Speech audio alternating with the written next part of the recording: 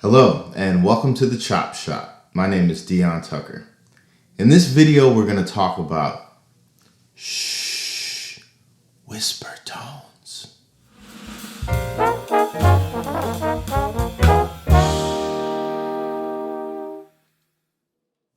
So what are whisper tones? It's essentially playing a note as soft as you can possibly play it. It's something that I used to practice all the time, especially if I was on the road and in a hotel room trying to get some practice done without a practice mute.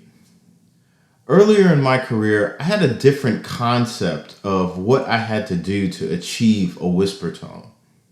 What I thought was required was that you had to have really strong muscles here, and that the stronger your corners were, the better they were able to help support that airstream. While that way of thinking can produce a whisper tone, I started thinking about the mechanics of it in a slightly different way. I saw a video called Trumpet Physics, and it really changed my understanding of how a brass instrument works. I think this video should be required viewing for all brass players. The person leading this demonstration is John Harbaugh. He's a trumpet teacher at the University of Washington, and he does a great little experiment where he has a glass tube and he puts a flame inside this glass tube. And when that flame excites the air molecules inside the tube, it creates a sound. I'm going to cut to a little video here so you can see what I'm talking about. If you understand how the system works, you can actually play or be in phase with the design properties of the system rather than trying to have to fight it all the time. So what I'm going to do is I've got a torch here. We've got a glass tube. You don't need a glass tube at home. Any tube will work. Be careful, it gets hot. You don't want to burn yourself. But you can actually see what happens here when we energize those air molecules. I'm going to light this torch, and then we'll go from there. So give me just a second here.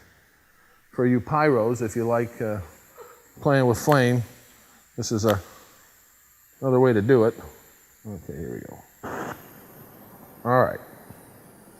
So we'll bring the lights down. And then I'll take that so I don't burn you. Okay. All right, so you can see the flame. It's quite long. Let's see what happens when we put it in the tube. We're going to energize the air molecules in this tube.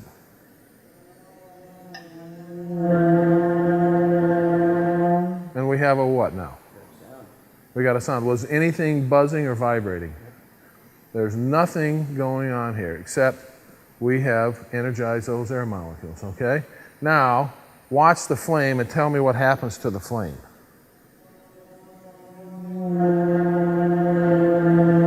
What's it doing? What happened? Yeah, the flame's going berserk. It's getting short. It's really active, okay? So the last question is, we do have a sound. We know that the flame is interacting with something. What happens first? The sound or the flame going berserk?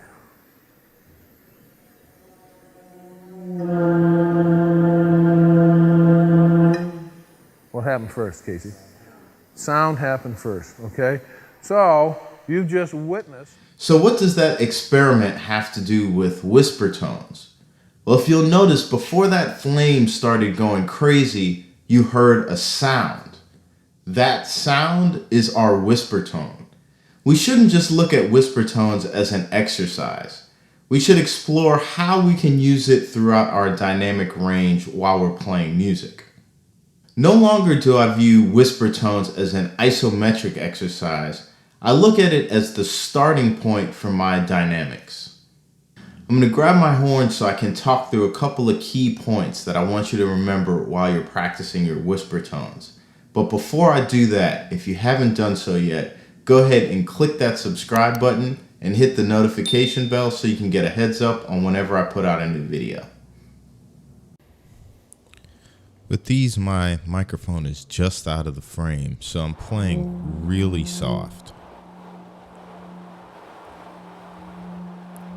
One thing you'll notice is that the air is constantly flowing.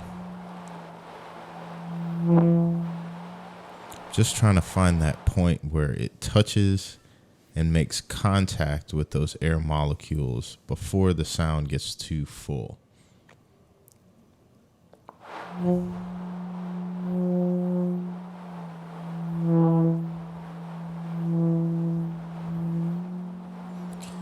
I do have my foot on the gas the entire time. As you can hear, that airflow is constantly going.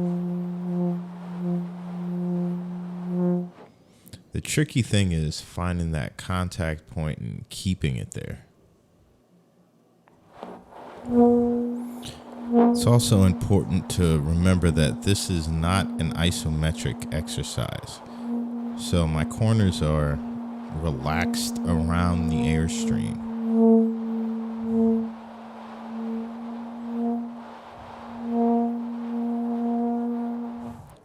And very similar to that flame that we saw earlier in the experiment, I'm just finding where the air excites those air molecules.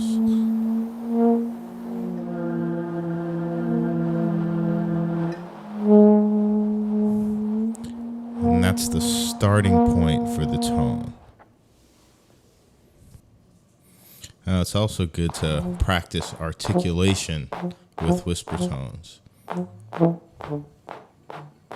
And I kind of just look at this as touching the beginning of the note.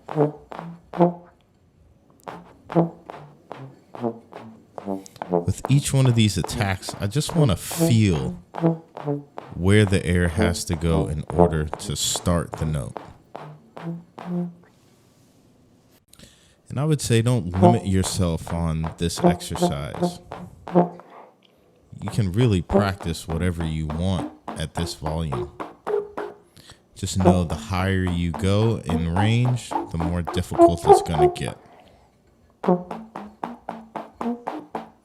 And a little tip I can give you is don't regulate your airstream.